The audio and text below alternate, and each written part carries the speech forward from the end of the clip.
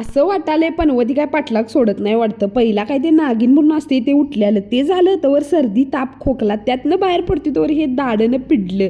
नुसतं 4 दिवस असली दाड दुखायला लागले की नाही, रात्रभर झोप नाही. घरात सगळीच आजारी आहे म्हणून ही आणलेली फ्रुट्स पियर आणि पल्म खरं ती पण काय खायची इच्छा झाली. आजारी असल्यामुळे 3 दिवस आपलं व्हिडिओ आलेला नाही. सकाळ सकाळी बाप बेट्यांची चाललेली देवपूजा. मी आणि रियांश आजारी आहे म्हणून आई बाबांनी काका आलेले आम्हाला बघायला. नातू कसं जाऊन चिकटलाय बघा आजोबासनी. पाणी पाहिजे म्हणून माझ्याकडनं मागून घेतलं. मला वाटलं हेला प्याय पाहिजे असेल, हेनं पाजलं बाबासनी. काय ते प्रेम. तोपर्यंत आईने इकडे त्याच्यासाठी आणलेलं सरप्राईज ते म्हणजे पिझ्झा. त्याला लय आवडते त्याच्यामुळे पिझ्झा घेऊन आले. आणि नेहमीप्रमाणे लेकीकडे येताना लय काय काय पिशवी भरून आणतात तसं लय काय काय आणलेलं ते काढायला हळूहळू चालू केलं. रियांची सरप्राईज काय सपत नव्हती ती. एक झालं की एक त्याला मिळालं. माझ्यासाठी मात्र मस्त आईच्या हातच्या आळूवडी आणि कानवलं होतं जे खाऊन माझा आजार पण पळून जाईल असं वाटलं. सारं स्वीटकॉर्न होतं म्हणून त्याचा चिवडा बनवला आणि जेवणामध्ये असं सगळं मेनू होतं बघा. आज या जेवायला.